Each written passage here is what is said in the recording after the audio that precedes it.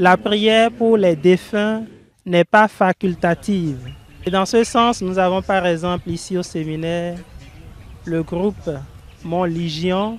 Ici, nous sommes devant le cimetière du diocèse de Lokossa, dont il y a un arbre ici.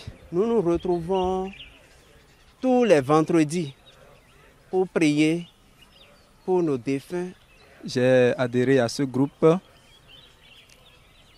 à partir d'une raison, je dirais, personnelle, mais qui a émergé de deux certitudes. La première, c'est la quête du bonheur, qui est une certitude universellement partagée, donc la quête du bonheur par les hommes. La deuxième certitude est celle de notre mort. Nous sommes tous, chacun sait bien qu'il mourra un jour, mais quand, il ne sait pas. Ce dont il est sûr, c'est qu'il mourra. Alors, partant donc de ces deux certitudes, je me suis dit que s'il est vrai que nous désirons tous le bonheur et que même celui qui se pend, celui qui se donne la mort, est en quête de ce bonheur, pourquoi savoir que je peux quelque chose pour qu'une âme parvienne à ce bonheur définitif et ne pas le faire? Alors, l'Église, dans sa doctrine, nous apprend qu'au-delà de la mort, il y a trois états de l'âme: l'enfer, le purgatoire et puis je dirais, le paradis. Bon, pour l'enfer, c'est peut-être les âmes déjà damnées, on les laisse à la miséricorde de Dieu. Mais pour le purgatoire, enfin, pour le paradis, c'est l'état des âmes qui sont dans la contemplation, donc qui sont déjà dans ce bonheur recherché. Donc les deux extrêmes, nous n'y pouvons rien. Mais au niveau du purgatoire, il nous est dit que par nos prières, nous pouvons aider les âmes à parvenir à ce bonheur. À partir de là, je me suis imposé le devoir de prier pour ces âmes afin qu'elles parviennent à ce bonheur éternel. Je prie pour les morts aussi parce que je suis fils d'homme. Et donc, dans mon histoire personnelle, j'ai connu des hommes.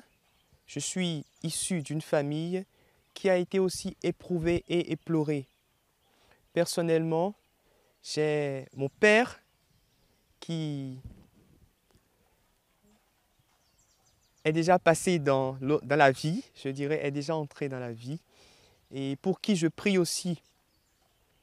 Il y a des frères, des amis que j'ai côtoyés, des personnes que j'ai connues, que ce soit à l'école, au cours primaire, au cours secondaire, comme au séminaire.